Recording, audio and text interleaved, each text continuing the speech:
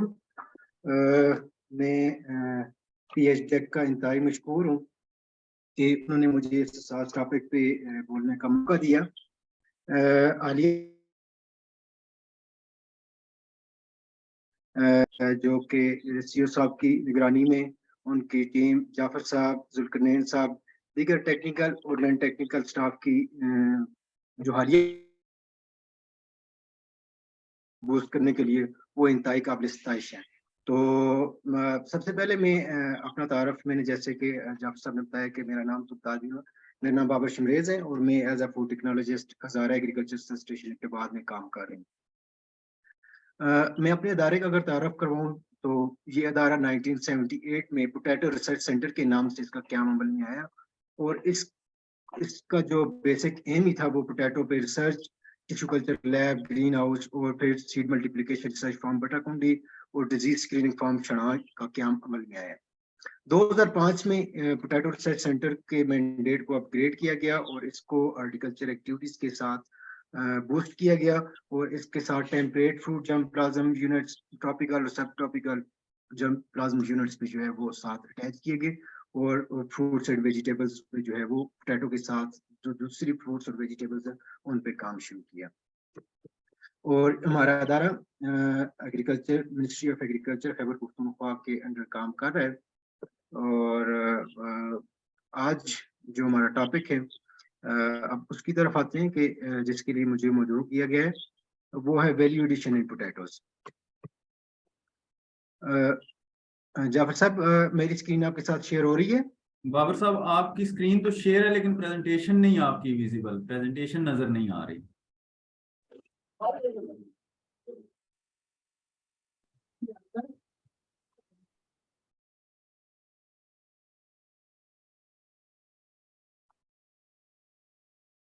दोबारा से शेयर कीजिएगा काइंडली। नहीं, दोबारा से करता हूँ।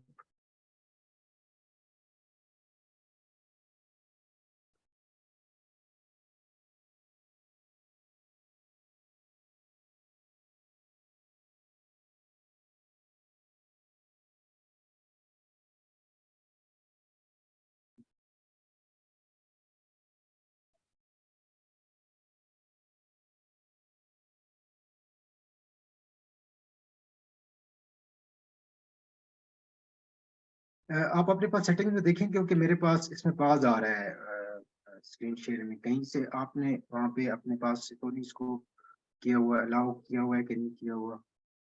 सर मैंने अपनी तरफ से अलाउ कर दिया आपको कि आप शेयर कर सकते हैं, तो I don't think where is the issue. अब देखिए अगर नहीं होता तो मेरे पास है प्रेजेंटेशन, मैं यहाँ से शेयर कर देता हूँ।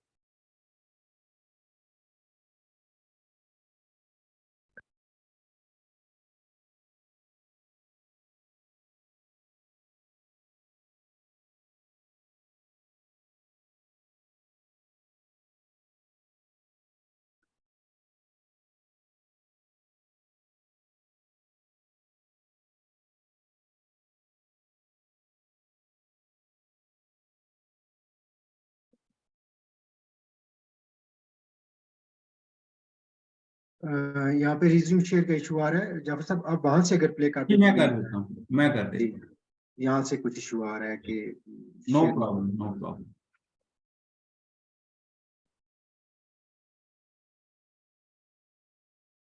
नजर आ रही है आपको screen?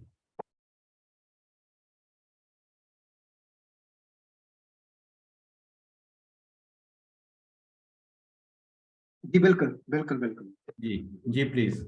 Thank you thank you thank you. Next slide please.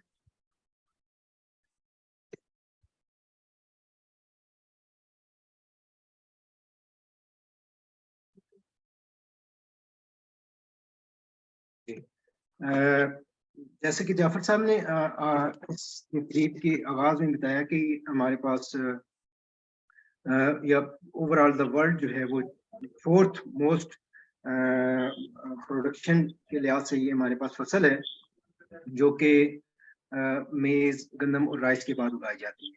और वेजिटेबल्स में इसे किंग ऑफ वेजिटेबल भी कहा जाता है। और आलिया तौर पे अगर इसको देखा जाए तो ये पैदावार और रकबे के लिहाज से सबसे ज्यादा प्रोडक्शन देने वाली फसल है। और इसके साथ साथ इसके अंदर जो गजाई अज्जा हैं वो भी इंतहाई ज्यादा मिकदार में मौजूद है। अगर इसके कंपोजिशन को देखा जाए तो इसमें 78 to 80% जो है वो वाटर है, 20 to 22% जो है वो सॉलिड्स है। और अगर हालिया माली साल की प्रोडक्शन को देखा जाए, पाकिस्तान की जो पोटैटो की प्रोडक्शन है, तो वो लास्ट ईयर की निस्बत 300 टाइम्स ज्यादा हुई है पिछले साल की निस्बत। That is 7.9 million tons at in area of 3.8 million hectares. Next please.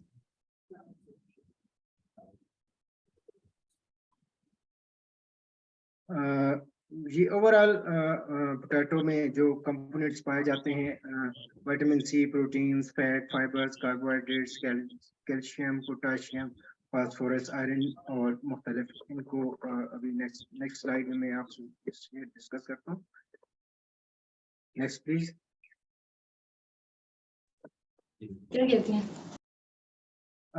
अगर आलू की जब बात की जाती है तो मुख्तलिफ फलों और सब्जियों की अपनी कैरेक्टरिस्टिक्स होती हैं। तो आलू पे आज इसलिए फोकस किया जा रहा है ओवर द वर्ल्ड, क्योंकि इसमें वो तमाम न्यूट्रिएंट्स मौजूद हैं जो कि हमें एनर्जी प्रोवाइड करती हैं। इसके अलावा हमारे डिफरेंट बॉडी फंक्शंस हैं जिनको वो रेगुलेट करते हैं। मिसाल के तौर पे इसके अंदर प्रोटीन मौजूद है जो बॉडी के मेटाबॉलिज्म सिस्टम को सपोर्ट करता है। इसी तरह कैल्शियम की अगर बात की जाए तो इसमें एक अच्छी क्वांटिटी में कैल्शियम मौजूद होता है जो कि हमारी हड्डियों दांतों की मजबूती के लिए ज़रूरी है। इसके अलावा जॉइंट्स का जो पेन है उसको रिलीविंग में हेल्पफुल है। ब्लड क्लॉटिंग का एक इशू जो बाज मरीजों में होता है, ब्लड स्टॉप करने में ये हेल्पफुल है। और सबसे अहम चीज़ जो इसके अंदर मौजूद है विटामिन सी, जो कि सेलर्स के अंदर एक स्कर्वी डिजीज हो जाती थी समुद्र में ज्यादा रहने की वजह से, या मुख्तलिफ पेशेंट्स को एक स्कर्वी डिजीज है जिसमें गम्स गम्स से ब्लीडिंग होना, टीथ का लूज होना और स्किन में से इचिंग और ब्लड जो है वो निकलना, ये इस डिजीज के सिम्टम्स हैं। तो अगर हम देखें तो एक जो एवरेज पोटैटो है इसके अंदर जो है विटामिन सी की एक डेली रिकमेंडेड डोज जो है वो मौजूद है। आज हम अपने बच्चों को, अपने घरेलू जो लोग हैं उनको डॉक्टर के पास लेके जाते हैं कि डॉक्टर साहब ये कुछ खाते नहीं है, ताकत की दवाई दे दें, ये दवाई दे दें। तो वो मुख्तलिफ ब्रांड, मुख्तलिफ फलमूलाज जहाँ पे उनका कमीशन फिट आता है उसके हिसाब से नहीं करते। लेकिन अल्लाह रब्बुल इज़्ज़त ने हमारे लिए मुख्तलिफ चीज़ों में ये तमाम खसूसियात रखी हैं। अब अगर हम इसी को देखें तो हमारी जो विटामिन सी है या दूसरे विटामिन बी है, अमाइनो एसिड्स हैं, तो वो एक पोटैटो के अंदर मिल जाते हैं जो एक चीप सोर्स है। और अगर उन ब्रांड्स को देखा जाए तो उन ब्रांड्स के अंदर आया वो विटामिन या वो चीजें कैल्शियम मौजूद है या नहीं है, लेकिन अल्लाह ने इस पोटैटो के अंदर रखा है। Next please.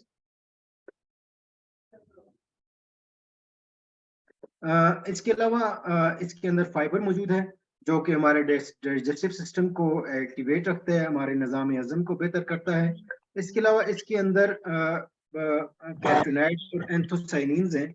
जो पोटैटो का येलो कलर होता है वो कैरोटीनॉइड्स की वजह से होता है, इसी तरह रेड पर्पल और ब्लू कलर जो एंथोसाइनिन्स की वजह से। ये दोनों एंटीऑक्सीडेंट्स हैं और ये दोनों एंटीऑक्सीडेंट्स जो हैं वो कैंसर से बचाने में हेल्पफुल हैं। कि ये एक नेचुरल रेमेडी है कि आजकल के दौर में जैसे डिजीजेस बढ़ती जा रही हैं, तो अल्लाह रब्बुल इज़्ज़त ने इसके अंदर ये भी एक खासियत रखी है कि ये कैंसर के अगेंस्ट ये पोटैटो काफ़ी इफेक्टिव है। जिस तरह इसके लिए हम हमारे जिस्म को बहुत सारी कम मिकदार में ट्रेस एलिमेंट्स चाहिए होते हैं, जैसे मैग्नीज है, क्रोमियम है, सेलेनियम है, तो वो भी इसके अंदर मौजूद होती है। और जब हम बॉइल्ड पोटैटो की बात करते हैं तो बॉइल्ड पोटैटो की न्यूट्रिशन वैल्यू जो है वो मजीद बढ़ जाती है या इन्हांस हो जाती है। उसमें मेज से ज्यादा प्रोटीन और इसी तरह मेज से दुगने जो है वो कैल्शियम मौजूद होती है। Next please. अब हम बात करेंगे कि आलू ही को क्यों इतना फोकस किया जा रहा है और इस पे आज PHDET ने भी एक वेबिनार का एहतमाम किया। ऑल ओवर द वर्ल्ड जो है इसकी इफादियत पे जोर दिया जा रहा है। तो इसको हम वर्ल्ड वाइड अगर देखा जाए तो अगली 2 दहाइयों में हमारी दुनिया की जो आबादी है वो 100 मिलियन में बढ़ने के इम्कान हैं। और ये इस जो आबादी का जो एटम बम है ये ज्यादातर डेवलपिंग कंट्रीज के अंदर ये फूटेगा, जिसमें हम भी शामिल हैं। तो इस बढ़ती आबादी की ग़िज़ाई ज़रूरियात को पूरा करने के लिए हमें उन फसलों की, उन चीज़ों की, उन ग़िज़ाओं की ज़रूरत है जो कि कम एरिया पे ज़्यादा प्रोडक्शन दे और हाईली न्यूट्रिटिव हो। तो आलू उसी में एक शामिल एक फसल है। इसी तरह इसके अंदर कार्बोहाइड्रेट्स जो मौजूद हैं वो दुनिया की मैक्सिमम आबादी को जो है वो फीड कर रहे हैं और बहुत सारे मुल्कों में ये एक मेजर सोर्स ऑफ कार्बोहाइड्रेट ही है। Next please.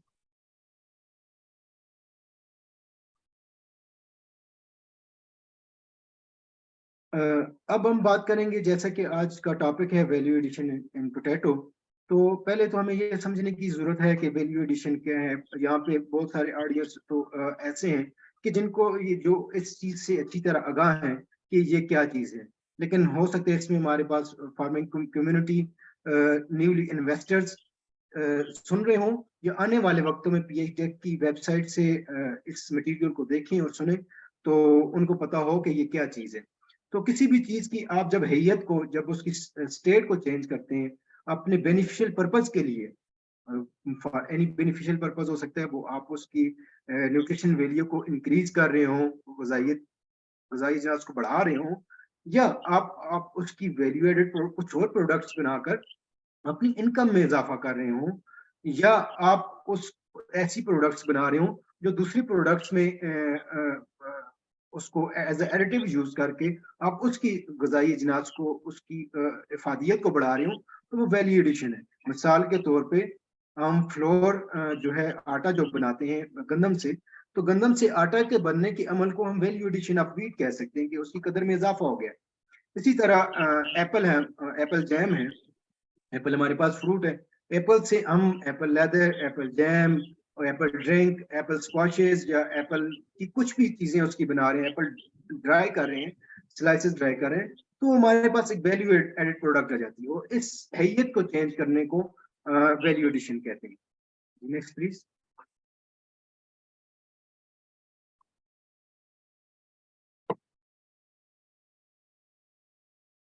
अब हम देखते हैं कि इस वैल्यू एडिशन का स्कोप कितना है और क्यों है।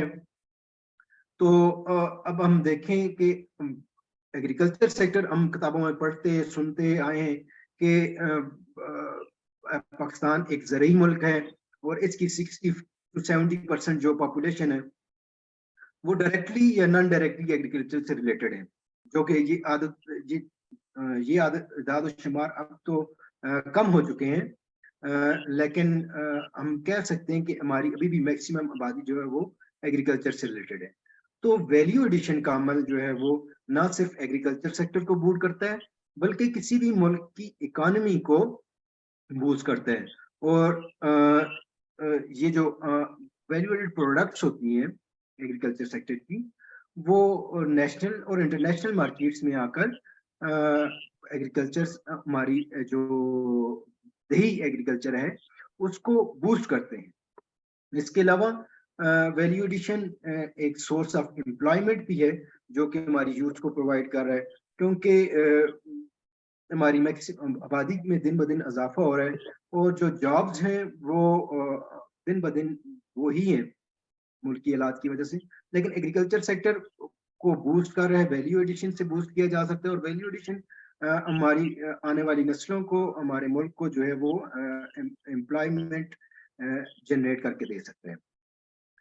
इसी तरह अगर हम जब इसकी बात करते हैं कि एक आलू या कोई भी फल और सब्जी इंतहाई अफादियत की हामिल है, उसकी न्यूट्रिशन वैल्यू बहुत हाई है और बहुत ज़्यादा ज़रूरी है, तो फिर हम उसको देखते हैं कि उसकी उसकी शेल्फ लाइफ को देखते हुए कि उसकी तो मैक्सिमम फ्रूट्स और वेजिटेबल्स की कम होती है। तो वैल्यू एडिशन ऐसा सेक्टर है कि उसको उस प्रोडक्ट को, उस कमोडिटी को यूज करके उसकी वैल्यू एडेड प्रोडक्ट्स बनाकर उसको थ्रू आउट द ईयर जो है वो कंज्यूमर्स को प्रोवाइड कर सकते हैं।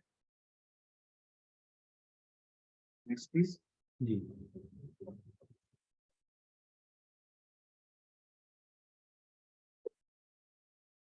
Next please. Thank you. Value addition की वजह से हमारे जो पोस्ट हार्वेस्ट लॉसेस हैं और जो न्यूट्रिशनल स्टेटस है वो कम होता है, और जो हमारी फूड सिक्योरिटी का इशू है हमारे मुल्क में या दीगर बहुत सारे ममालिक में, तो वो ओवरकम हो सकता है। अब ओवरऑल देखा जाए तो 32 to 35 या 35 to 40% जो है हमारे फ्रूट्स एंड वेजिटेबल में लॉसेस, जो पोस्ट हार्वेस्ट लॉसेस हैं, जो बाद अज़ बर्दाश्त जो फ्रूट्स और वेजिटेबल के लॉसेस जो रिपोर्ट किए गए हैं वो हैं। तो अगर हम वैल्यू अपनी प्रोडक्ट्स की वैल्यू एडिशन की जाए, उनकी मुख्तलिफ प्रोडक्ट्स बनाई जाए, तो हमारे जो पोस्ट हार्वेस्ट लॉसेस हैं ये ओवरकम किए जा सकते हैं। अब मुख्तलिफ जैसे वेजिटेबल्स में 30 फ्रूट्स वेजिटेबल में जनरली जो है वो 35% रिपोर्ट है, तो इट्स मीन कि अगर कोई चीज़ 100 kg प्रोड्यूस हो रही है तो कंज्यूमर तक वो 35 kg माइनस होकर 65 kg पहुंच रही है। तो इससे जो प्रोड्यूसर है उसको भी नुकसान हो रहा है कि जितनी वो फसल उगा रहा है इतना उसको बेनिफिट नहीं मिल रहा, और कंज्यूमर जो है उसको जो चीज पहुंचती है वो कम पहुंचती है। जब चीज कम हो जाती है तो उसकी कास्ट जो है वो बढ़ जाती है, कास्ट बढ़ने से कंज्यूमर को भी महंगी मिलती है और प्रोड्यूसर को भी कम फायदा होता है। तो वैल्यू एडिशन से पोस्ट हार्वेस्ट लॉसेस को जो है वो कम किए जा सकते हैं और फूड सिक्योरिटी को इंश्योर किया जा सकता है। इसके साथ साथ आलिया जो पिछली स्लाइड में प्लीज जी इसके साथ साथ हम देखें कि आलिया ग्लोबली अगर हम देखें तो इनकम ग्रोथ में जो चेंजेस आई हैं, लाइफस्टाइल में हमारी जो चेंजेस आई हैं, हमारी हेल्थ और न्यूट्रिशन के हवाले से हमारी जो अवेयरनेस आई है हमारी वर्ल्ड पॉपुलेशन में, और जो हमारी सेटिंग्स आई हैं, तो उसकी वजह से भी प्रोसेस्ड फ्रूट्स और वेजिटेबल्स की डिमांड जो है वो बढ़ी है। इसी तरह वैल्यू एडिशन या प्रोसेसिंग से फ्रूट्स और वेजिटेबल की शेल्फ लाइफ जो है वो भी इंक्रीज की जा सकती है।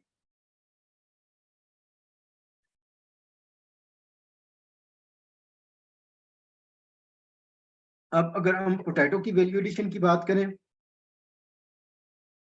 तो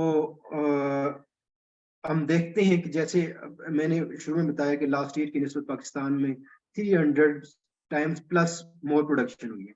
तो ओवरऑल ऐसा होता है कि जनरली बहुत सारी क्रॉप्स में और स्पेशली पोटैटो में जब ये एक्सेस में प्रोड्यूस हो जाती है तो मार्केट में गलट आ जाता है, इसकी भरमार हो जाती है, इससे इसकी प्राइसेस भी डाउन हो जाती हैं और लॉसेस भी होते हैं स्पेशली प्रोड्यूसर को। लेकिन अगर हम आलू की वैल्यू एडिशन करें और इसकी मुख्तलिफ प्रोडक्ट्स बना लें तो इससे इस गलट को ओवरकम किया जा सकता है, इस भरमार को कम भी किया जा सकता है, जिससे वैल्यू एडेड प्रोडक्ट्स भी बन जाएंगे और थ्रू आउट द ईयर्स भी हमें मिल सकेंगे और प्लस प्रोड्यूसर को भी जो है इसका फायदा हो सकेगा। जैसे कि इसके अंदर एक्सक्यूज मी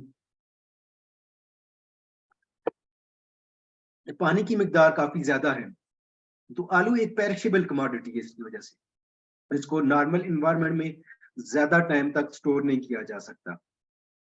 इसके लिए हमें कोल्ड स्टोरेजेस की जरूरत होती है या कोल्ड स्टोरेजेस से हम इस शेल्फ लाइफ को इंक्रीज कर सकते हैं, या हम इसकी सरप्लस अमाउंट से वैल्यू एडेड प्रोडक्ट्स बनाकर इसको इसकी सरप्लस अमाउंट को सेव कर सकते हैं।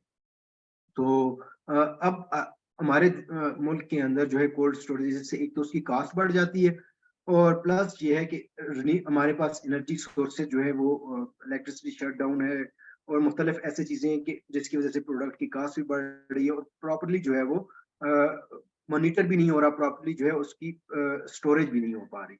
तो इसलिए इसकी पोटैटो की वैल्यू एडिशन इसलिए भी जरूरी है। इसके अंदर पोटैटो के अंदर बहुत सारे कंपोनेंट्स हैं, बहुत सारी चीजें क्योंकि सेल रिएक्शंस हो रहे होते हैं, मुख्तलिफ चीजें भी मौजूद हैं जो कि एज अ रॉ हम पोटैटो को यूज नहीं कर सकते, तो इसलिए इसकी प्रोसेसिंग भी जरूरी है। उनमें बॉइलिंग है, बेकिंग है, माइक्रोवेविंग है, फ्राइंग है, जो इसके कंपोनेंट्स हैं और स्पेशली स्टार्च को ब्रेक डाउन करता है और ह्यूमन बीइंग्स के लिए जो है उसको कंज्यूमेबल बनाता है, उनको डाइजेस्टेबल बनाता है। Next please.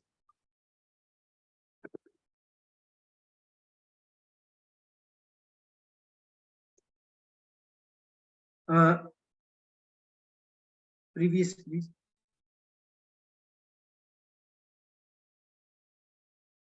इसी तरह अगर हम देखें कि हमारे मुल्क के अंदर जो है वो परचेजिंग पावर के बढ़ने से, हमारी तरजीहात के बढ़ने से और अर्बनाइजेशन और ग्लोबलाइजेशन और हमारी जो स्पेशली लेडीज हैं वो भी अब हमारे क्योंकि एक कौमी दायरे में शामिल हो चुकी हैं, वर्किंग मैक्सिमम वर्किंग लेडीज की जो क्वांटिटी है वो बढ़ने की वजह से उनकी प्रेफरेंसेस जो है वो चेंज हो गई है।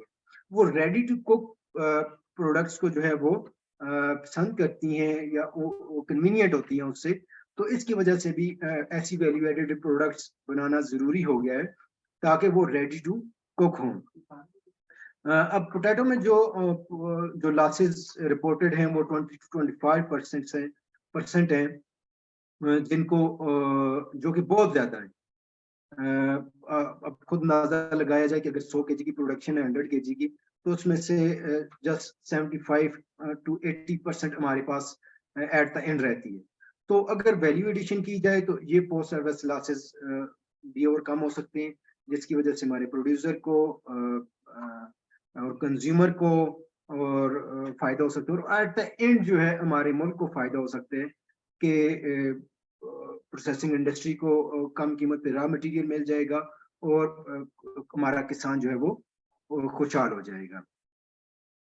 इसके साथ पोटैटो की इस वैल्यू एडिशन की वजह से जो इंडस्ट्रीज स्टेब्लिश हो जाती हैं, उस इंडस्ट्रीज के स्टेब्लिश होने से वो इंडस्ट्री जो है वो डायरेक्ट फार्मर से कांटेक्ट करती हैं और रॉ मटेरियल डायरेक्ट फार्मर से परचेज करती हैं, तो प्रोड्यूसर को अपनी प्रोडक्ट सेल करने में और इंडस्ट्रियलिस्ट को अपनी रॉ मटेरियल प्रोक्योर करने में इजीली दोनों इजी हो जाते हैं।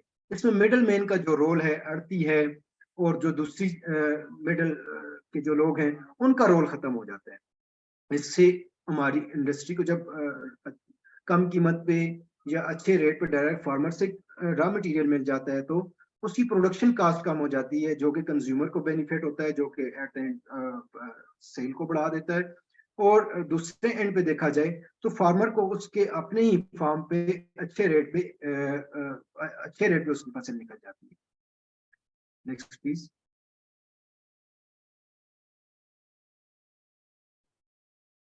अगर वर्ल्ड वाइड देखा जाए तो वहां पे टोटल प्रोडक्शन का 60% जो है वो पोटैटो जो है वो प्रोसेस किया जा रहा है। हालिया दिनों में हमारी जो एक्सपोर्ट कास्ट जो बढ़ गई है, उसकी वजह से वैल्यू एडिशन की भी इफादियत जो है उसी के साथ साथ बढ़ गई है। अब इस आने वाले वक्तों में और हालिया जो है वैल्यू एडेड प्रोडक्ट्स की जो डिमांड है वो काफ़ी ज़्यादा बढ़ चुकी है, उसमें उसकी मार्केट में ज़्यादा ज़रूरत है। जैसे कि मैंने पहले बताया कि लाइफस्टाइल और हमारी वर्किंग लेडीज़ का बढ़ जाना और उनकी प्रेफरेंसेस रेडी टू कुक की वजह से जो वो इंतहाई ज़्यादा वैल्यू एडेड प्रोडक्ट्स की डिमांड में इजाफा हो चुका है, जो कि एट द एंड हमारे जीडीपी को बढ़ा सकते हैं और आने वाले दिनों में हमारी इकोनॉमी को भी बेहतर कर सकते हैं। Next please.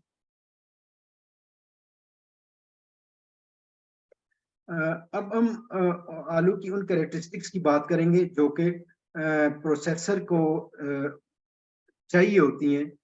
अब हर आलू जो है वो प्रोसेसिंग ग्रेड नहीं होता, या हर आलू जो है वो प्रोसेसिंग के लिए यूज नहीं हो सकता। अब मुख्तलिफ प्रोडक्ट्स हैं जिनका मैं आगे जिक्र करूंगा, लेकिन उनकी जनरली जो हमारी जो वर्ल्ड वाइड जो प्रोडक्ट्स बन रही हैं, उनके लिए पोटैटो की क्या खसूसियात, आलू में क्या खसूसियात होनी चाहिए कि वो जो है प्रोसेसर उनको परचेज कर सके। अगर ट्यूबर शेप फ्रेंच फ्राइज के लिए देखा जाए तो वो फ्रेंच फ्राइज के लिए ओब्लॉन्ग होना चाहिए, चिप्स के लिए राउंड टू ओवल होना चाहिए। अगर हम उसको डिहाइड्रेटेड प्रोडक्ट्स बनाते हैं, खुश्क की हुई प्रोडक्ट्स, तो राउंड टू ओवल होना चाहिए। इसी तरह कैन प्रोडक्ट्स के लिए भी राउंड टू ओवल होना चाहिए। ट्यूबर साइज की अगर बात करें कि आलू का ट्यूबर फ्रेंच फ्राइज के लिए मोर देन 75 mm होना चाहिए। इसी तरह चिप्स के लिए 45 to 80 mm होना चाहिए, और डिहाइड्रेशन के लिए, डिहाइड्रेटेड प्रोडक्ट्स के लिए मोर देन 30 mm, और कैन के लिए 25 to 35। अब आइस की अगर बात की जाए पोटैटो ट्यूबर्स की आइस की, तो ये भी एक इंतहाई इंपॉर्टेंट फैक्टर है, क्योंकि अगर डीप रूटेड आइस होंगी तो उसकी ज्यादा ट्रिमिंग होगी। जब ज्यादा ट्रिमिंग होगी तो वो उसका ज्यादा ज्यादा जो ट्यूबर है उसकी क्वांटिटी जो है वो वेस्टेज में चली जाएगी। तो इसलिए जो प्रोसेसेस की जो नीड है या प्रोसेसिंग के लिए जो पोटैटोज चाहिए, वो उनकी आइस जो है वो शैलो हों, वो तमाम प्रोडक्ट्स के लिए शैलो हों। इसलिए इसके साथ जो दो इंपॉर्टेंट फैक्टर्स हैं, वो स्पेसिफिक ग्रेविटी है, वो 1.08 होनी चाहिए, इसी तरह लेस देन 1.08 होनी चाहिए, और 1.08 और लेस देन 1.07। और सबसे इंपॉर्टेंट फैक्टर जो सबसे ज्यादा काउंट किया जाता है प्रोसेसिंग में, दैट इज ड्राई मैटर, कि उसके अंदर कितने % जो है वो ड्राई मैटर होना चाहिए। तो फ्रेंच फ्राइज इंडस्ट्री के लिए, फ्रेंच फ्राई प्रोसेसर के लिए वो जो ड्राई मैटर है वो मोर देन 20% होना चाहिए। इसी तरह चिप्स की प्रोडक्शन के लिए ड्राई मैटर वो भी 20% से ज्यादा होना चाहिए, डिहाइड्रेटेड के लिए भी और मोर देन 20% होना चाहिए, और कैन के लिए लेस देन 18% यूज हो सकते हैं। इसके साथ जो है वो sugar content, previous slide please, previous slide please, thank you. Reducing sugar की मिकदार उसमें कितनी होनी चाहिए? 0.15%, लेस देन 0.1%, 0.25, 0.5, और इसी तरह आफ्टर कुकिंग डिस्कलोरेशन की कैरेक्टरिस्टिक्स क्या होनी चाहिए, उसमें क्या चेंजेस आने, स्लाइट फ्रेंच फ्राइज में उसकी डिस्कलोरेशन होनी चाहिए। इसी तरह चिप्स में जो है जो चिप्स है उसमें डिस्कलोरेशन नहीं होनी चाहिए, और डिहाइड्रेटेड प्रोडक्ट्स में स्लाइट हो सकती है, और कैन प्रोडक्ट्स में भी नील होनी चाहिए। जब टेक्सचर की बात की जाए तो फेयरली फर्म होना चाहिए, इसी तरह चिप्स के लिए भी फर्म टू मीली होना चाहिए, डिहाइड्रेशन फर्म टू मीली होना चाहिए, और वैक्सी। Next please.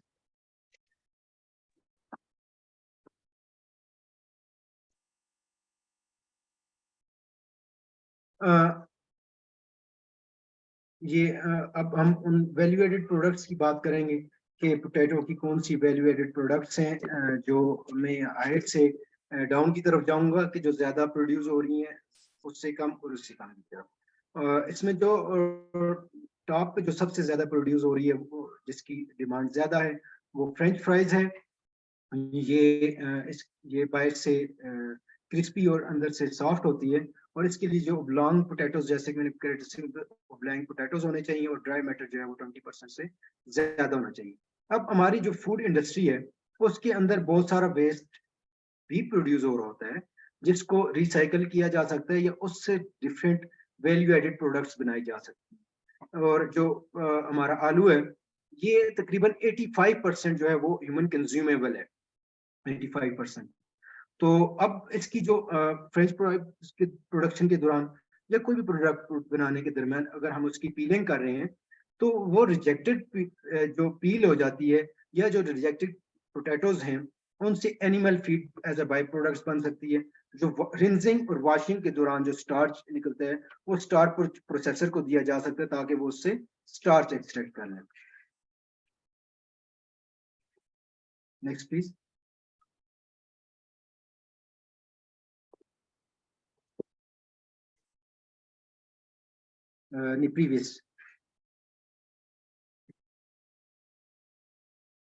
Previous please.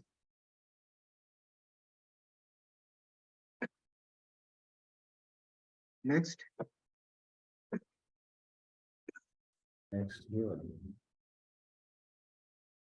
Next यही शो हो रही है हमारे पास। आई थिंक वन स्लाइड इसमें से मिस हो चुकी है, दैट इज पोटैटो चिप्स। उसमें भी पोटैटो चिप्स, नहीं नहीं, ये नहीं, आई थिंक शायद वो बीच में से मिस हो चुकी है। आपके पास ओपन आप होगी ऐसे ही तो बता दें, आप verbally बता अच्छा, दें। जी जी बिल्कुल बिल्कुल। इसी तरह चिप्स के लिए जो है वो, जैसे कि मैंने प्रीवियसली बताया था कि वो ओवल और राउंड हमें होना चाहिए पोटैटो। ड्राई मैटर कंटेंट जो है वो 20% से ज्यादा होना चाहिए, और इसी तरह उसकी आइज जो है वो शैलो होनी चाहिए, और उसका साइज जो है वो मुख्तलिफ फैक्टरीज जो है वो अपने डिमांड पे अपनी जो कैरेक्टरिस्टिक्स हैं या जो स्टैंडर्ड्स हैं उसके मुताबिक उसकी स्लाइस बनाते हैं। और इसके भी जो वेस्ट प्रोडक्ट है उससे एनिमल फीड और स्टार्च एक्सट्रैक्शन हो सकती है। इसके अलावा पोटैटो से स्टार्च जो है वो एक्सट्रैक्ट होता है, जो इसकी ये भी एक इंतहाई मुफीद चीज है, जो कि मुख्तलिफ चीज़ों के बनाने में डायरेक्टली और इनडायरेक्टली जो है वो यूज होता है। इसमें पेपर इंडस्ट्री में इसका इस्तेमाल है, टेक्सटाइल के अंदर स्टार्च का इस्तेमाल है, फूड फॉर एग्जांपल हमारे पास कन्फेक्शनरी की प्रोडक्ट्स हैं, या soup, pudding, cakes, biscuit and cookies में इस्तेमाल होता है।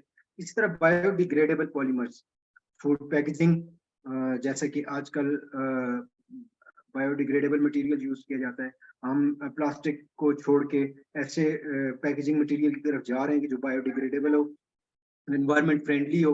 तो ये पोटैटो स्टार्च जो है फूड पैकेजिंग में, नॉन फूड पैकेजिंग में, personal and health care items और दूसरे डिस्पोजेबल आइटम में जो है भी यूज होते हैं। इसके अलावा एडेसिव में यूज होते हैं। फार्मास्यूटिकल इंडस्ट्री और कॉस्मेटिक्स इंडस्ट्री में यूज होता है, बेकिंग के अंदर और फर्मेंटेशन के में raw material as raw material भी इस्तेमाल होता है। और पोटैटो स्टार्च के लिए हमारे पास स्पेसिफिक प्रोसेसिंग ग्रेड आलू की जरूरत नहीं होती, जो ओवरऑल द वर्ल्ड 5 ग्रेड्स हैं, लेकिन पाकिस्तान के अंदर जो है वो स्मॉल, मीडियम और लार्ज ग्रेड ही हैं।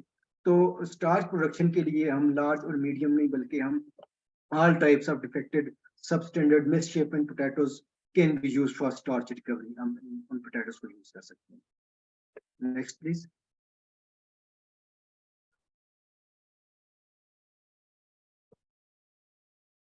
Next please.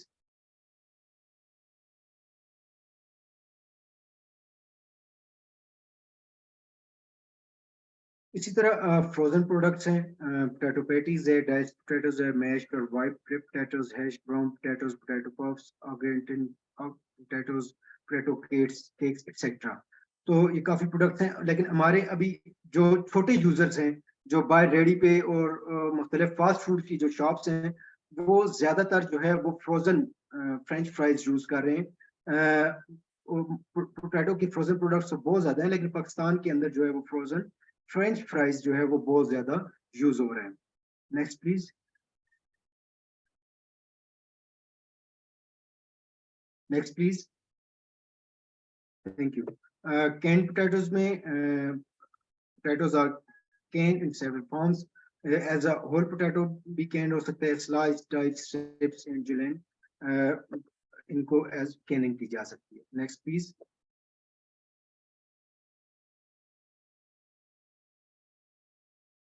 Dehydrated potato products, और इसमें ये जो डिहाइड्रेशन है, चीज़ों को खुश्क करना, स्पेशली पोटैटो को खुश्क करना, ये सबसे ज़्यादा चीप सोर्स है। ये डिहाइड्रेशन करना सबसे ज़्यादा चीप, और इसके लिए किसी सोफिस्टिकेटेड मशीनरी की भी ज़रूरत नहीं है। इसकी जो मेन प्रोडक्ट्स हैं, पोटैटो फ्लोर है, पोटैटो ग्रेन्यूल्स हैं, फ्लेक्स हैं और डाइस्ड पोटैटो है। Next please. इसके अलावा प्रोडक्ट्स हैं, मुख्तलिफ प्रोडक्ट्स हैं, कैन पोटैटो सैलड्स और potato soups etcetera. Next please. जैसे कि मैंने बताया कि एनिमल फीड में यूज हो सकती है इसकी फील पोटैटो, कल पोटैटो और दूसरे तमाम ट्रिम्ड जो वेस्ट मटेरियल है वो एनिमल फीड साइलेज बनाने के लिए इस्तेमाल हो सकता है। अल्कोहल प्रोडक्शन के लिए भी ये यूज होता है। Next please.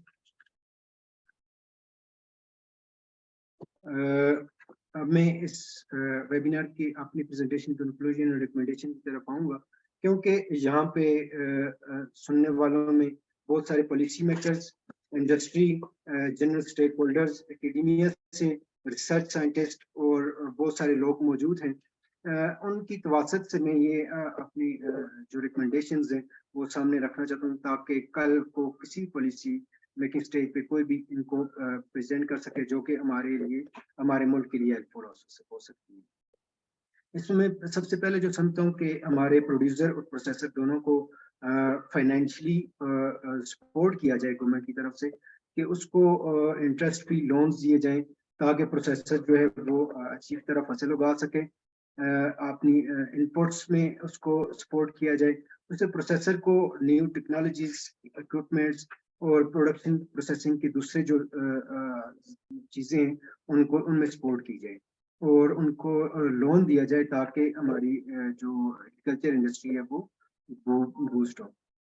अभी जो कुछ लोग हेल्थ कॉन्शियस हो चुके हैं तो उनके लिए और इन पोटैटो के प्रोडक्ट्स को नेग्लेक्ट करते हैं, तो अगर हम फूड सेफ्टी स्टैंडर्ड्स को फॉलो करते हुए इनोवेशन की तरफ जाएं तो उनका ये कंसर्न भी जो है वो दूर किया जा सकता है।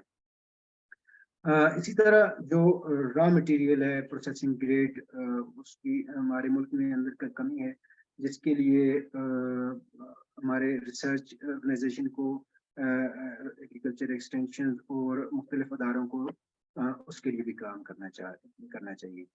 इसके अलावा लो कास्ट इम्प्रूव स्टोरेज चैम्बर्स जो है वो इंट्रोड्यूस करवाने चाहिए ताकि हमारी जो सरप्लस पोटैटो की जो प्रोड्यूस है उसको उसके अंदर स्टोर किया जा सके और वो चीपली हो। Next please.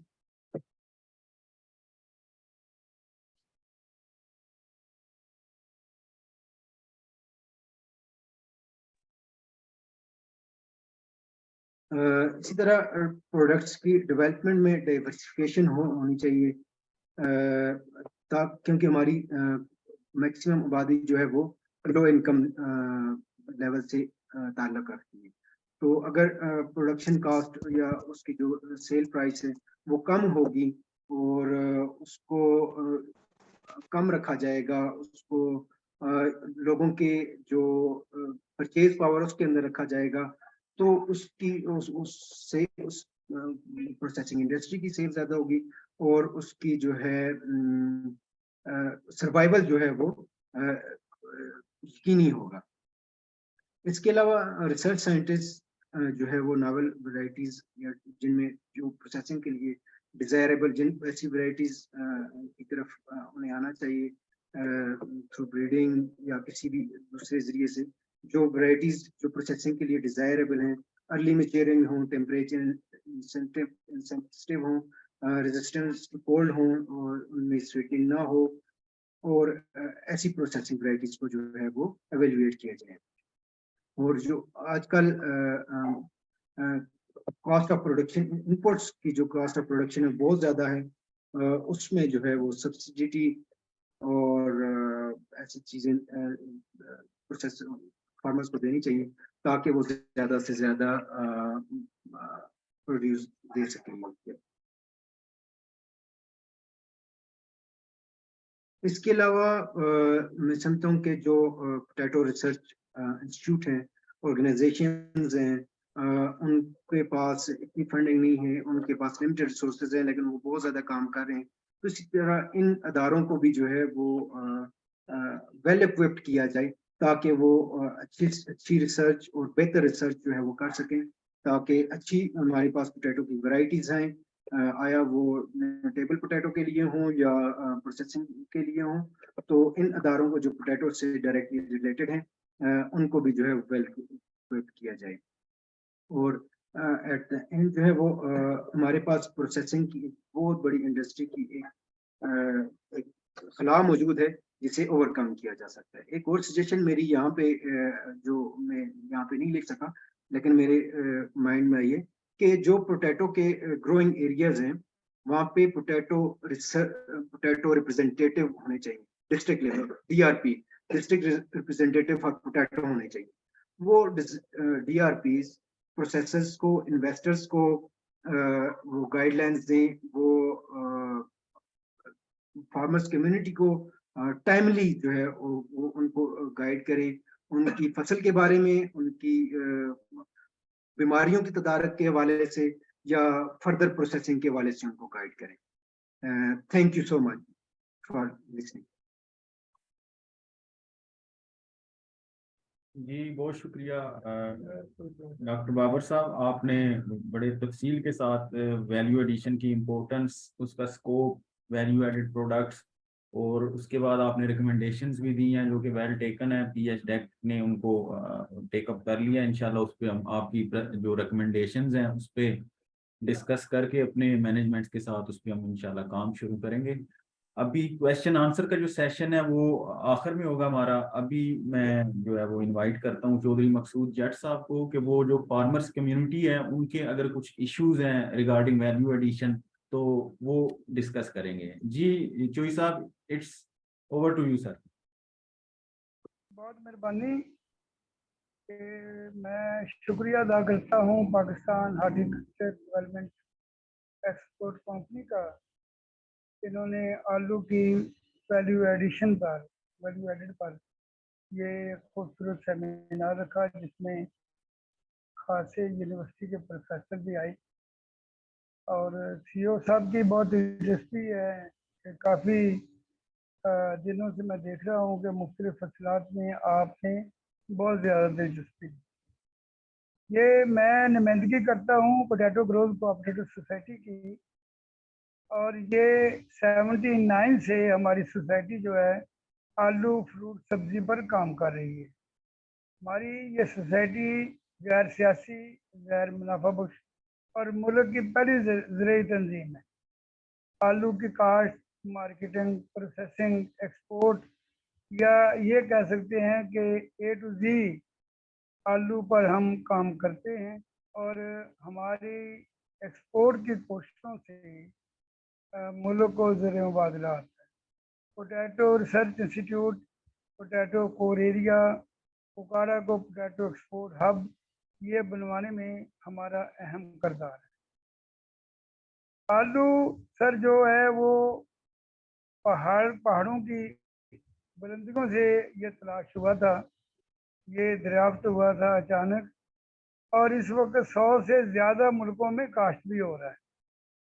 ये चीन जो है वो काश्त में पहले नंबर पर है। ये आप देखें कि जब कहत पड़ा था आलू का खुराक का, तो उस वक्त आलू इतना फेवरेट हो गया था कि 1744 में रूस के बादशाह फ्रेडरिक आज़म ने इसको ना सिर्फ मुफीद गज़ा करार दिया था, बल्कि आलू खाओ मुहिम भी चलाई थी खुद। और 1755 में फ्रांस की मलका ने 5 पत्तियों वाला जो फूल है आलू का, वो अपनी फराक पर लगाकर आलू उगाओ मुहिम चलाई। फिर परमिंदर ने आलू खाओ मुहिम चलाई। इसी तरीके से आज भी आप फ्रांस जाएं तो वहाँ एक मुजस्मा लगा हुआ है बहुत पुराना 1853 से, जिसमें एक हाथ में आलू का पौधा है और दूसरे हाथ में आलू उसके तलवार है। उस वक्त जो हिस्पानिया है उसने नीदरलैंड और दूसरे मुल्कों को आलू एक्सपोर्ट करके काफ़ी पैसे कमाए। और ये चूँकि कूल वेदर का क्रॉप है और उस वक्त गुर्बत बहुत थी, भूख बहुत थी, जब लोगों ने आलू उगाए, खाए और पैसे आए, तो आप ये कह सकते हैं कि उस वक्त वहाँ अमन व अमान आया, या ये कह सकते हैं कि आलू की वजह से अमन व अमान आया।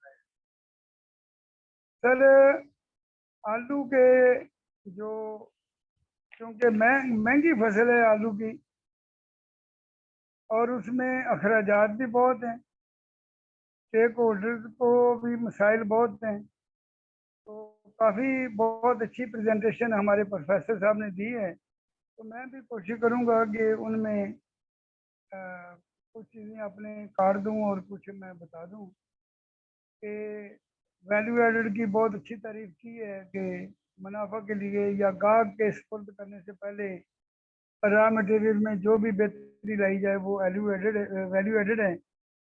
और आलू में कार्बोहाइड्रेट्स, क्योंकि वो हमारे साथी प्रोफेसर हैं, उन्होंने काफ़ी बातें बता दी हैं कि कौन कौन सी चीज़ें हैं।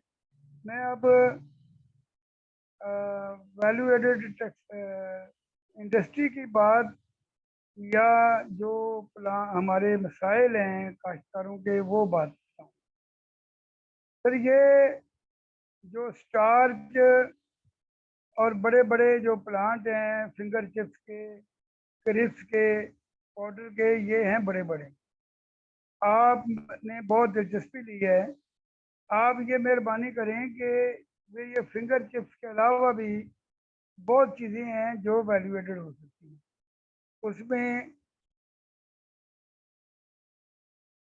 उसमें सर आलू के कबाब हैं, आलू के वो जो हैं वो नूडल्स हैं, सूजी है, हलवा है, बिस्कुट है, कबाब है, लाइफ स्टॉक इंडस्ट्री है, सॉरी बेकरी है, स्नैक्स हैं, छोटे छोटे कुकीज़ हैं, पराठे हैं, पापड़ हैं, और ये बेक किया जा सकता है, पल्प बनाया जा सकता है, चटनी बनाई जा सकती है, सूप हैं। ये जो छोटे प्लांट हैं इन पे दिलचस्पी लेनी है। जो बड़े प्लांट हैं उसमें आम काश्तकार को या आम लोगों को कोई फायदा नहीं होगा। ये काटेज इंडस्ट्री की ज़रूरत है। परसों स्मीडा वाले भी मेरे पास आए थे, हमारे पास आए थे दफ्तर में। उन्होंने वो भी दिलचस्पी ले रहे हैं, आप भी ले रहे हैं। आप मिलकर भी ये बात कर सकते हैं कि जो छोटे प्लांट्स हैं उनको आप मुतारफ़ करवाएं और जो छोटे प्लांट्स के लिए आप अवेयरनेस प्रोग्राम दें और छोटे प्लांट्स के लिए आप ट्रेनिंग भी दें, ताकि हमारे देहातों में जो स्पेयर आलू है उसमें काश्तकारों के बच्चे या गरीब लोगों के बच्चे छोटे छोटे प्लांट बनाएं। और ये सर एक बात जो मैं कहूँगा कि जब इंडस्ट्रियल फ्री जोन बनता है तो वहाँ मखसूस लोगों को रियायत दी जाती है, और कुछ लोग तो वो भी होते हैं जो प्लाट लेके बैठ जाती हैं। तो मैं ये गुजारिश करूँगा आपके प्लेटफार्म से कि आलू के प्लांट जिधर भी लगाएं, वो जिधर पोटैटो कोर एरिया वहाँ बनेगा ना। अगर आलू लगता है साहिवाल उकाड़ा में तो प्लांट जो है वो बना देंगे खुशाब में, तो वो तो कामयाब नहीं होगा। तो वो जिधर जिम्मेदार के बच्चे या गरीब बच्चे या इंटरेस्टेड लोग छोटे छोटे प्लांट लगाना चाहें, उन्हें वही रियायत दी जाए जो इंडस्ट्रियल स्टेट को दी जाती है, जिसमें प्लाट की रियायत है, मशीनरी 0% पे इंपोर्ट करते हैं, 10 साल की वो इनकम टैक्स की रियायत होती है। तो वो भी पैसे कमाएंगे ना, वो भी मुल्क के लिए चीज़ें तैयार करेंगे, वो भी मुल्क के लिए ज़रिए मुबादला आएगा। तो ये एक ख़ास चीज़ है कि वो जिस तरह हमारे पड़ोसी मुल्क की मिसाल बहुत दे दी जाती है, लेकिन हमारे पड़ोसी मुल्क में इंडस्ट्री के लिए प्लाट भी फ्री है और 50% फिनांस भी दिया जाता है जो काबिल वापसी होता है। तो काबिल वापसी फिनांस जो हैं ये भी रखें, वो छोटे छोटे प्लांट भी बनाएं। पिछले दिनों चाइना की इंडस्ट्रियल जो एक्सपो थी उसमें ऑनलाइन मैं भी शामिल था, मैंने वहाँ भी रिक्वेस्ट की थी। आप सरकार में आप बेहतर हैं कि वहाँ करवा सकते। सर दूसरा जो इशू है वो बड़ा अहम है, डॉक्टर साहब ने ये बताया है कि हमारे जो मल्टीनेशनल कंपनियां हैं वो आलू फ्रोज़न मंगवाती हैं। हमारे मुल्क में हमारे काश्तकार एक से बढ़कर एक है, हम दुनिया के बहुत मेयार के मुताबिक आलू तैयार कर सकते हैं। ये फ्रोज़न आलू या आलू की कोई भी प्रोडक्ट पर मुकम्मल तौर पर पाबंदी आयद की जाए और वो जो हमारे अपने बीज लाएं, PRA में अपने ट्रायल करवाएं, वैक में मंजूर करवाएं, फेडरल सीड में रजिस्टर करवाएं और कंट्रैक्ट ग्रोइंग करवाएं। हम उनके लिए आलू देने के लिए तैयार हैं और उनके मेयार के मुताबिक दे सकते। सर हमारे इसके अलावा बहुत एक दो कंपनियों ने बहुत अच्छे बीज तैयार किए हैं जिनकी हाई DMC है, जिस तरह के डॉक्टर साहब ने फरमाया है। PRA में भी डॉक्टर इजाज और उसकी टीम ने बहुत अच्छे हाई DMC के बीज तैयार किए हैं, लेकिन वो सुरख फीता की नज़र होके तबाह हो रहे हैं, ख़त्म हो रहे हैं। आप अपनी सतह पर ये हाई लेवली काम हो सकेगा, आप अपनी सतह पर ये जो बीज तैयार हो चुके हैं वो कंपनियों को दिलवाएं या काश्तकारों को दिलवाएं, जो भी करें वो जिम्मेदारों को पहुंचेंगे तो पता लगेगा कि IDMC है, या वो चलाएंगे और आगे निकलेंगे। सर उसके अलावा बहुत इदारे हैं जो आलू पे काम कर रहे हैं पाकिस्तान, NGO की शक्ल में प्रोजेक्ट हैं। इत्तेफाक है कि मैं चेयरमैन पोटैटो भी हूँ, पोटैटो रिसर्च एंड डेवलपमेंट।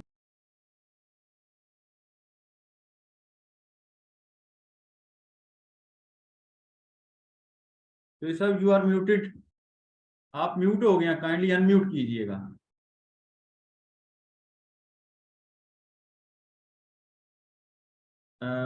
मकसूद साहब आपकी आवाज नहीं आ रही, काइंडली। सर जो कंपनियां अभी हमारे कल भी एक स्टार्च वाली कंपनी से बात हो रही थी, तो वो मुकम्मल तौर पर मायूस भी थी। कंपनी मौजूद है, प्लांट मौजूद है, उन्होंने बताया कि हम 150-200 टन अपने लिए तैयार करते हैं स्टार्च, हमें हाई डीएमसी के पोटैटो नहीं मिलते। तो मैं ये गुजारिश करूंगा कि जो भी वैल्यू एडिशन वाली बात है, जो मैंने बात बताई है, ये कबाब हैं, इवन के ये जो कंपनी है हमारी पेप्सिको लंदन में, ये आलू का ये जो पानी है उसको भी पैक कर रही है। यहाँ भी हमारे बहुत कम्पिटेंट फूड टेक्नोलॉजिस्ट हैं हमारे मुल्क में, तो वो मज़ीद इस तरह की फिजिबिलिटी बना सकते हैं। सर समीडा से मिलकर, आप अपने जो एक्सपर्ट हैं उनसे मिलकर ये छोटे छोटे प्लांट्स की फिजिबिलिटी बनाएं।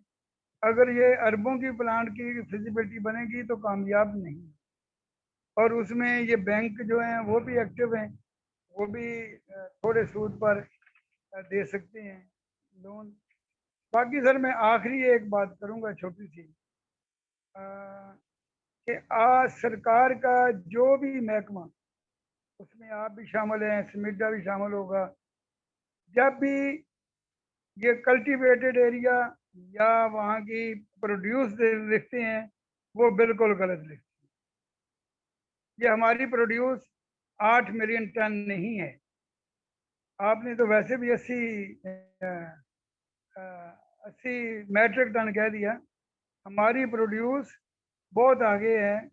ये आप ये देखें कि 4.25 लाख एकड़ सिर्फ साहिवाल डिवीजन की काश्त है, और उसमें पोटैटो कोर एरिया दूसरा शामिल कर लिया जाए, कसूर और हमारा डिस्का, तो ये टारगेट तो इन जिलों से आ गया। बाकी ज़िले और बाकी पाकिस्तान कहाँ गया? खुदा के लिए ये फिगर दुरुस्त करेंगे तो आपकी पॉलिसीज ऐसे ही बनेगी। मैं हर मीटिंग में यह बात करता हूँ, कुछ लोग अच्छा समझते हैं, कुछ लोग बुरा समझते हैं। डॉक्टर इजाज साहब को पता है कि मुतल्लिका लोग भी मौजूद थे। मैंने कहा कि आप हम आपसे कुछ नहीं मांगते, ये फिक्र दुरुस्त करें, एक्सपोर्ट की पॉलिसी सही हो, ये वैल्यू एडिशन की पॉलिसी सही हो, पता हो कि कितना आलू पैदा हुआ है, हमने एक्सपोर्ट कितना करना है, स्टोर कितना करना है। जितना आप बता रहे हैं सर, पूरा सीजन खत्म हो गया, एक्सपोर्ट भी हो गया, सब कुछ हो गया, इतना तो स्टोर में अब पड़ा हुआ है। तो ये आप मेहरबानी करें, आप फिक्र दुरुस्त करें। आपका दोबारा शुक्रिया कि आपने ये बहुत अच्छा स्टेप लिया है। और एक गुजारिश करूंगा कि पिछले 2 सालों में एक उकाड़ा में आलू पर हुआ था सेमिनार। ये जूम मीटिंग से बाहर निकलकर फिजिकली लोगों को ट्रेनिंग दी। फिजिकली ट्रेनिंग जो है वो कामयाब होगी। वो बेशक छोटे छोटे लेवल में करें। अगर आप मैंगो की करते हैं वहाँ आलू की भी कर दें, अगर आप किन्नों की करते हैं वहाँ आलू की भी कर दें, किन्नों के एक्सपोर्टर आलू के भी एक्सपोर्टर हैं। तो ये फिजिकल ट्रेनिंग आपने देनी है। और एक हाउ टू एक्सपोर्ट, एक आप छोटा मोटा सेमिनार करवाएं जिसमें सारी फसलों के लोग आएँ, आलू के भी आएँ, किन्नों के भी आएँ, और वो लोग सीखें। उससे वो जब सीखेंगे उनकी डॉक्यूमेंटेशन आसान होगी, तो वो लोग आगे एक्सपोर्ट करेंगे। और ये फूड टेक्नोलॉजिस्ट हमारे मुल्क में बहुत अच्छे अच्छे हैं, उनको भी मुख्तलिफ मीटिंग्स में आप लाएं, तो वो भी ये ट्रेनिंग दें फूड बनाने की। ईजी है। PRA में एक छोटा सा है, अयूब रिसर्च में एक बड़ा है, ज़रई यूनिवर्सिटी में बड़ा है। तो इन सबको हमारे जो स्टेक होल्डर हैं यूनिवर्सिटियों में, उनको शामिल करके ऐसा किया जाए। रब रखा सर, बहुत मेहरबानी आपकी, खुश रहें, आबाद। जी बहुत शुक्रिया चौधरी मकसूद जट साहब, वाइस प्रेसिडेंट हैं पोटैटो ग्रोवर्स कोऑपरेटिव सोसाइटी उकाड़ा के। आपकी सजेशन बहुत वैल्यूएबल है और वेल टेकन।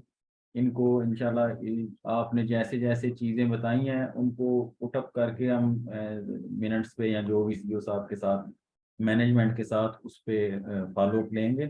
जो दूसरा आपने पॉइंट रेज किया डाटे वाला, कि हमारा जो डाटा है वो अंडर रिपोर्टेड है, ये ऑलरेडी जो साहब इसको पॉइंट को हमने MNFSR के साथ रेज किया हुआ है। MNFSR ने इंस्ट्रक्शंस भी दी हुई हैं एक्सटेंशन डिपार्टमेंट्स को कि ये सिर्फ पोटैटो में नहीं है सर। जावेद तरीन साहब बैठे हैं, डॉक्टर जावेद तरीन साहब, इससे पहले ग्रेप्स में भी ये हमारा डिस्कस हो चुका है, एप्पल पे भी ये डिस्कस हो चुका है। ये अंडर रिपोर्टिंग जो है ये हमारा तकरीबन हॉर्टिकल्चर की तमाम जो प्रोडक्ट्स हैं उसमें ये इशू है।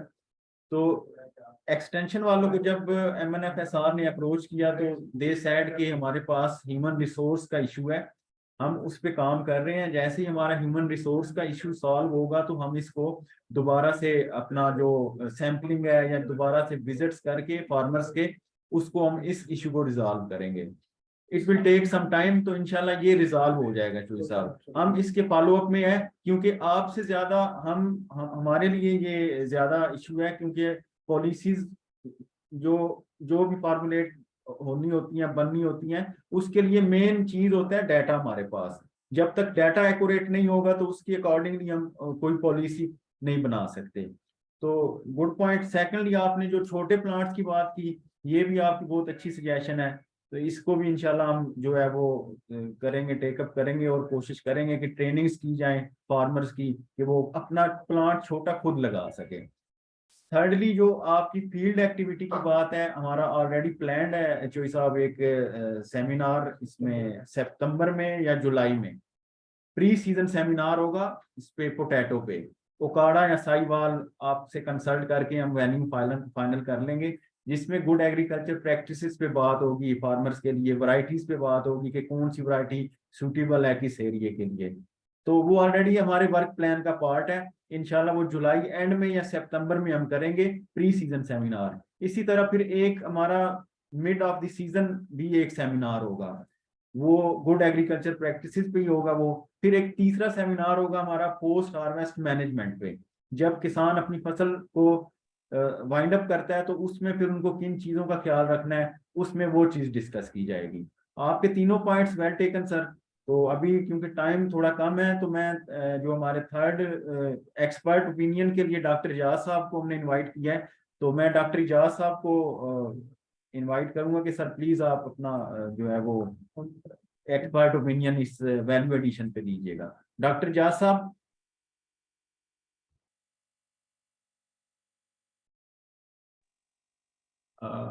आई थिंक डॉक्टर इजाज साहब का कनेक्टिविटी का इशू है कुछ। बाबर साहब डॉक्टर आप साहब, प्लीज। जी मैं कुछ चार्ज करना चाह रहा हूँ। राइट। सबसे पहले तो मैं चौधरी मकसूद अहमद जट साहब को सलाम अर्ज करना चाहूंगा, क्योंकि वो आलू के हवाले से एक अदारे की हैसियत रखते हैं और हम उनको देखते सुनते और उनकी बातों पे अमल करने की कोशिश करते हैं। तो इस प्लेटफॉर्म के तवासत से मैं उन्हें भी और बकिया जो हमारे सुनने वाले हैं उनसे भी एक चीज डिस्कस करना चाहता हूँ, और वो ये है कि हर साल वेक की मीटिंग होती है, वैरायटी एवेल्यूएशन कमेटी की, जो कि टीआरसी में होती है। तो उसमें पोटैटो के मेंबर्स हैं और ग्रोअर्स हैं और मुख्तलिफ अदारे जो है इसमें शमूलियत अख्तियार करते हैं।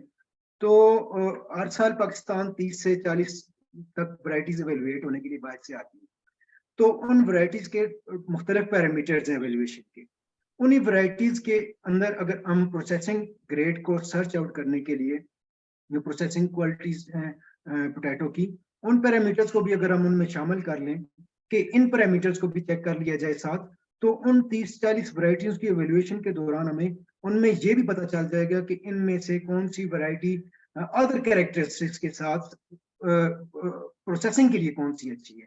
तो ताकि वो जब वैक की कमेटी मीटिंग हो तो उसमें इस चीज को भी प्रोसेसिंग के लिए जो है जो वैरायटीज हैं उनको रिकमेंड किया जा सके। जी बहुत शुक्रिया बाबर शमरेज साहब, वेरी टेकन योर पॉइंट। चोई साहब इसका रिप्लाई करना चाहेंगे। जी जी जी मकसूद साहब। सर प्रोफेसर साहब, ये बैक की मीटिंग में ये बेंचमार्क मौजूद है कि प्रोसेसिंग का बेंचमार्क अलहदा है और टेबल पोटैटो का अलहदा है, ये पहले से शामिल है। और मैं भी वहाँ वैक में मेंबर हूँ, उसी मेयार के मुताबिक ही हम ये पास करते हैं।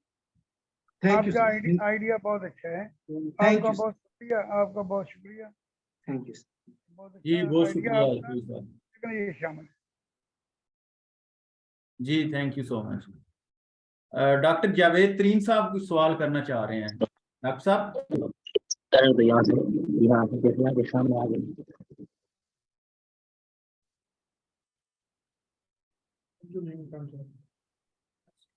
डॉक्टर साहब को शायद कनेक्टिविटी का इशू है। बिलाल इकबाल साहब। यार बाहर का अच्छा तो काम कर रहा नहीं। जी बिलाल साहब आप बोलिएगा प्लीज।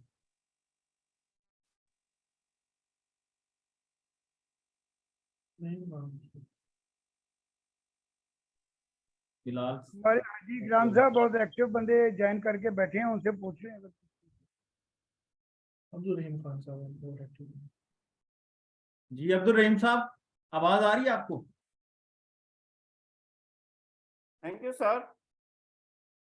देखिए, आज पीएस टेक ने जो सेमिनार अरेंज किया था, ये बहुत वैल्यूएबल सेमिनार है। और जब एक जिंदगी गुजर जाती है एक सब्जेक्ट में, तो फिर आपको पता चलता है सब्जेक्ट की अहमियत क्या है, उसको किस तरह आगे प्रमोट होना चाहिए। मकसूद अहमद साहब ने जितने भी पॉइंट मेंशन किए हैं अपनी तकरीर में, वो सारे के सारे वैलिड। अनफॉर्चुनेटली हम पॉइंट्स को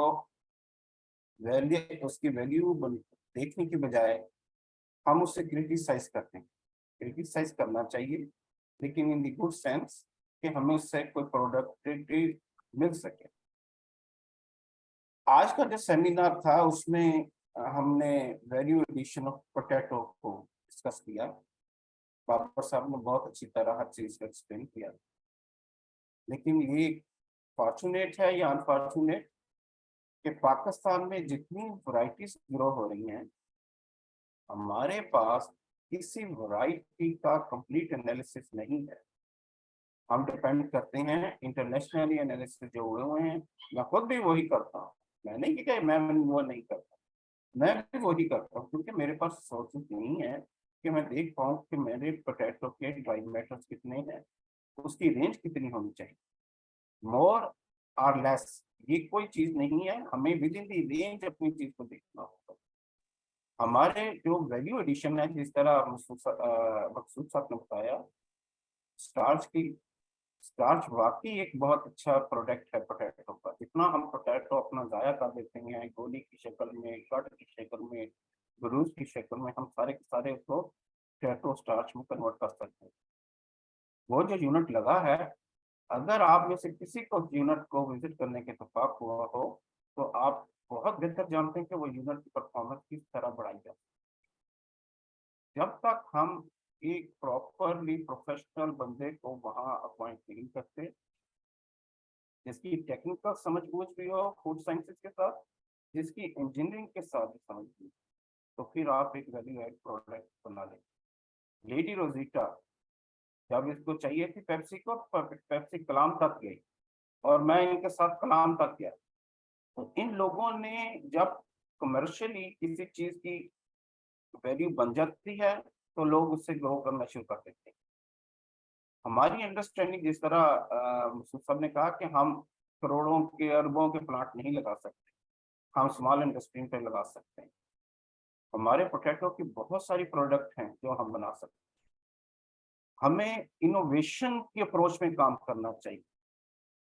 हम लोग प्रिंकल बहुत खाते हैं, प्रिंकल में वीट फ्लोर शामिल होता है, राइस फ्लोर शामिल होता है, या हम पोटैटो फ्लोर उसमें शामिल नहीं कर सकते? हम कर सकते हैं, लेकिन हमारी R&D साइड जो है ना, वो कुछ वीक है। क्यों वीक है? हम लोग काम करते हैं इम्पैक्ट फैक्टर के लिए। मैं काम पब्लिक के लिए नहीं करता, मैं काम करता हूँ अपनी सेल्फ प्रमोशन के लिए। या तो मैं सेल्फ प्रमोशन करवा लूँ या दुनिया की हेल्प कर। और मेरा यकीन ये है कि जब मैं लोगों की हेल्प कर पाता हूँ, तो मेरी सेल्फ प्रमोशन भी हो जाती है। हमें अप्रोच को, अपने माइंडसेट को थोड़ा सा चेंज करना पड़ेगा। बाकी बड़ी इंफॉर्मेटिव बाबर साहब ने अपनी स्पीच दी, और मसूद साहब ने बहुत अच्छे वैलिड पॉइंट जो एग्जिस्ट करते हैं उन पर बात की। और अगर हम इन चीज़ों को टच करें, तो अल्लाह के फजल से ये जो वैल्यू एडिशन है पोटैटो की, ये हमारे लिए कोई इश्यू नहीं है। हम इसको बआसानी पाया तकनीक तक पहुंचा सकते हैं। हम चिप्स बना सकते हैं, हम इसका पल्प बनाकर पल्प को हजारों चीजों में इस्तेमाल करवा सकते हैं। हम इसकी जो बाई प्रोडक्ट्स हैं उनको फीड में इस्तेमाल कर सकते हैं। Everything is possible if you have a determination. Thank you very much sir, thank you very much Pakistan horticulture export company, जो कि लोगों में अवेयरनेस डेवलप करने की कोशिश कर रही है, और अल्लाह करे ये लोग कामयाब हो जाएं। मैंने पिछली बार भी रिक्वेस्ट की थी, बस थोड़ा सा फार्मर को टच करना शुरू कर दें। जितना अच्छा फार्मर हमारे साथ हो, बड़ा फार्मर है, आप सब जानते हैं। छोटा फार्मर को टच करें, मीडियम फार्मर को टच करें। Thank you very much sir.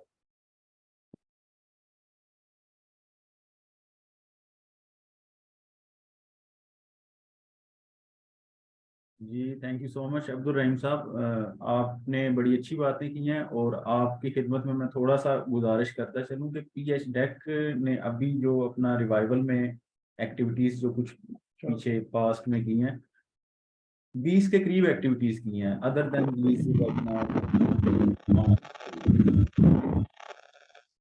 उसमें सबसे जो प्राइम एक्टिविटी है वो मैंगो बैगिंग की है। तकरीबन हमने कितने 2 लाख जी 2 लाख बैग्स जो हैं वो अपने जो मैंगो हमारे फार्मर्स हैं ग्रोअर्स हैं उनमें डिस्ट्रीब्यूट किए हैं चाइना से इंपोर्ट करके, उसकी क्वालिटी को प्रीमियम बनाने के लिए मैंगो की और एक्सपोर्ट क्वालिटी का मैंगो प्रोड्यूस करने के लिए।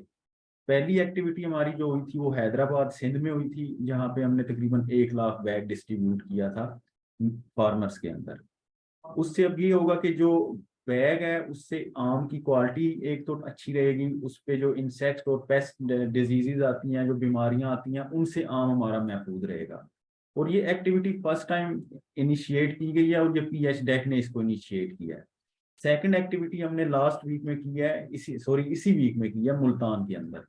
1 लाख बैग मैंगो बैग वहां पे डिस्ट्रीब्यूट किए हैं।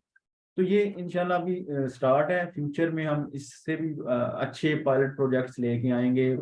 पोटैटो के लिए भी हम अभी प्लान कर रहे हैं पायलट प्रोजेक्ट, जिसमें पोटैटो लैब्स का इसमें थोड़ा सा हमारा भी इनिशियल स्टेजेस पे है, फिजिबिलिटी रिपोर्ट बन रही है। पोटैटो क्लिनिक्स होंगी जिसमें हमारे एक्सपर्ट्स बैठेंगे जो बड़े ग्रोअर्स हैं, उनको अवेयरनेस देंगे कि पोटैटो की किस तरह से क्रॉप को लेके चलना है फॉर एक्सपोर्ट पर्पस। तो रहीम साहब these are all things in pipeline. तो इंशाल्लाह फ्यूचर में आपको बड़ी अच्छे प्रोजेक्ट्स देखने को मिलेंगे पीएच डेक की तरफ से। टाइम का शॉर्टेज है तो इसलिए बेस्ट ऑफ मैं लक। कोशिश करूंगा कि जल्दी जल्दी जो है ना अपने जितने भी क्वेश्चंस हैं उनको टेकअप किया जाए। जी अदनान तारक साहब प्लीज आप अपना क्वेश्चन बताइएगा। अस्सलाम वालेकुम सर, मेरा अपना मसूद अहमद चौधरी मसूद अहमद साहब से क्वेश्चन है कि ये पोटैटो का जो सीड्स के हवाले से उन्होंने काफ़ी माशाल्लाह काफ़ी अच्छी बातें की हैं और सबसे पहले मैं शुक्रिया अदा करता हूँ PHDEC का कि उन्होंने बड़े ज़बरदस्त सेशन रखे हुए हैं और काफ़ी नॉलेज हमें यहाँ पर मिल रही है। तो चौधरी मसूद साहब से मेरा सवाल ये है कि बेसिकली मेरा सर मैं नेशनल फूड्स में काम करता हूँ, बेसिकली वैसे कुंडली के रहने वाला हूँ। तो मेरा चौधरी साहब से सवाल ये है कि सीड्स के बारे में और इसकी जो पैदावार है वो उसके बारे में क्वेश्चन है, और इसके अलावा फर्टिलाइजर और इसको कितने पानी चाहिए होते हैं। और दूसरी बात ये कि इसको अगर हम अपना जब जमीन से निकालते हैं आलू को, तो आलू को इसके बाद जो है ना इसको मतलब सफाई करके इसको बैग में रखा जाता है, बैग्स में, या ऐसे ही रखा जाता है। तो ये 3-4 सवाल है मेरे, उनके जवाब मुझे चाहिए। Adnan sahab thank you so much. I think Maqsood Jatt sahab इस पे रिप्लाई देंगे, लेकिन मैं क्योंकि तमाम व्यूअर्स हैं तो मैं आपकी खिदमत में एक गुजारिश कर दूं कि मैंने चैट बॉक्स में PHDC का वेबसाइट का लिंक शेयर किया है। तो जो भी प्रोडक्ट का पीएच डेक वेबिनार करती है उसका एक ट्रेनिंग मैनुअल, एक प्रोडक्ट मैनुअल हमने अपनी वेबसाइट्स पे डाउनलोड किया हुआ है PDF फॉर्म में। उसमें प्रोडक्शन टेक्नोलॉजी से लेके हार्वेस्ट पोस्ट हार्वेस्ट मैनेजमेंट तक के सारे जितने भी मेथड्स टेक्निक्स हैं वो आपको विद पिक्चर्स आपको अवेलेबल होंगे और बड़ी डिटेल के साथ अवेलेबल होंगे। तो आप काइंडली वहां से हमारा प्रोडक्ट मैनुअल भी अपना डाउनलोड करके, और वो मैनुअल्स बनाए गए हैं एक्सपर्ट्स के साथ कंसल्टेशन के बाद। तो आपको वहां पे जो भी चीज मिलेगी वो हमारे एक्सपर्ट्स जो हैं उनकी रिकमेंडेशंस पे ही बनाई गई हैं। तो मकसूद साहब अगर आप इनका रिप्लाई करना चाहें तो प्लीज।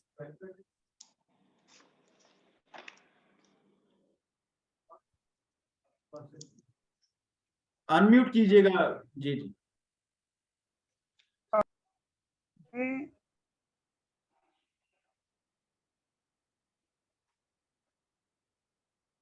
गा भी रहे हैं, तो आप मुझे फ़ोन करके काफ़ी तफसील कर लिए, अभी टाइम थोड़ा है, ये लंबी बात होगी। तो जो पानी तो मौसम के मुताबिक होता है, बीज आपको बहुत अच्छा मिल सकता है, टेक्नोलॉजी भी हम आपको मुफ्त दे देंगे। उधर चेक करना होगा तो वो भी कोई ना कोई चेक कर देगा, कोई मसला नहीं है। बिल्कुल सर। सर मेरे खुद का कजन है भी चौधरी यासर साहब, उससे मैंने बात की थी। मैंने कहा चौधरी साहब से आज वो है, उनके साथ सर यासिर मीटिंग है साहब मेरे जो रहमान। ये गग्गो वाले जो हैं, जो उकाड़ा में रहती हैं। जी जी जी, बिल्कुल बिल्कुल सर। हाँ, वो सलाम कह मेरे रहे थे हमारा कि मीटिंग हो तो मेरा उसको सलाम हाँ, वो बोल मेरे दीजिएगा। मेरे करीबी हैं, मेरे करीबी हैं वो। बिल्कुल बिल्कुल बता रहे थे, बोल रहे थे मैंने चौधरी यासर साहब, मैंने कहा मेरा भी सलाम बोल दीजिए। जी बहुत शुक्रिया अदनान साहब, आपका आपको रिप्लाई दे दिया है चौधरी साहब ने भी, और मैंने भी बड़ी डिटेल में आप बता दिया। प्रोडक्शन टेक्नोलॉजी से रिलेटेड आप हमारा पोटैटो का बुकलेट है वो डाउनलोड, इसमें सारी डिटेल्स हैं। डॉक्टर सर जावेद सर मैं साहब, डॉक्टर चौधरी जावेद, चौधरी साहब का कांटेक्ट नंबर शेयर कर। जी अदनान साहब आपका कांटेक्ट नंबर मेरे पास है, सेव है, मैं आपको उनका व्हाट्सएप कर दूंगा चौधरी साहब का number. Thank you sir, thank thank you. You sir. Doctor Javed Tareen साहब प्लीज, आप कुछ पूछना चाह रहे हैं? डॉक्टर जावेद तरीन साहब आवाज आ रही है आपको? मैं आपको सुन रहा हूँ, आपकी आवाज आ रही है मुझे? आपको आ रही है मेरी जी आवाज? अभी आ रही है, अभी आ रही है। Thank you. बहुत शुक्रिया पीएचडी मैनेजमेंट की जाफर साहब, पटेल साहब, बड़ी अच्छी प्रेजेंटेशन दी बाबा शबीर साहब ने और चौधरी साहब ने। सर मेरा क्वेश्चन ये है कि एक तो ये कि मैं अप्रिशिएट करता हूँ पंजाब गवर्नमेंट है, एग्रीकल्चर डिपार्टमेंट और उनकी फार्मर्स हैं, तो पोटैटो को उन्होंने पोटैटो बेल्ट, जो ये साहिवाल और देपालपुर और ये वाला सारा बेल्ट है, वो पाकिस्तान का प्राइड है। या से मैं से प्राइड ऑफ पाकिस्तान कहूँगा in terms of potato production. दूसरा ये कि बलूचिस्तान में भी काफी पोटेंशियल हैं, तो कि ये वाला जो सेगमेंट है आप पीएचडी का वो उसके वैल्यू एडिशन पर है, लेकिन मैं थोड़ा सा सेंसिटाइज करना चाहता हूँ इस फोरम को कि बलूचिस्तान में काफी ज्यादा पोटेंशियल है पोटैटो के प्रोडक्शन के हवाले से, क्वालिटी के हवाले से, फिर इसकी वैल्यू एडिशन के हवाले से भी। और दूसरा ये कि पोटैटो की सीड का बड़ा इशू है, मोस्टली हम हॉलैंड से इंपोर्ट कर रहे हैं या अब्रॉड किसी और कंट्री से भी इंपोर्ट हो रहा है। तो इसमें मैं ये कहना चाहूंगा कि हमारे बलूचिस्तान में ऐसे पॉकेट्स हैं जिसमें हम वायरस फ्री न सिर्फ सीड ट्यूबर्स बल्कि हम सीड्स भी प्रोड्यूस कर सकते हैं। हमारे ऐसे एरियाज हैं, एलिवेशंस पे हैं जहाँ पे फ्लावर से हम सीड बना सकते हैं, पोटैटो सीड बना सकते हैं बाकायदा। तो ये पीएचडी ये पॉइंट भी कंसिडर कर ले, इसका भी बड़ा वो है, बलूचिस्तान में पोटेंशियल है। तो दूसरा मेरा एक टेक्निकल क्वेश्चन है बाबर साहब के साथ कि पोटैटोज में ये ग्रीनिश जो एक किस्म का पॉइजन है, अगर इसके ऊपर भी काम किया जाए कि ये कंट्रोल हो सके,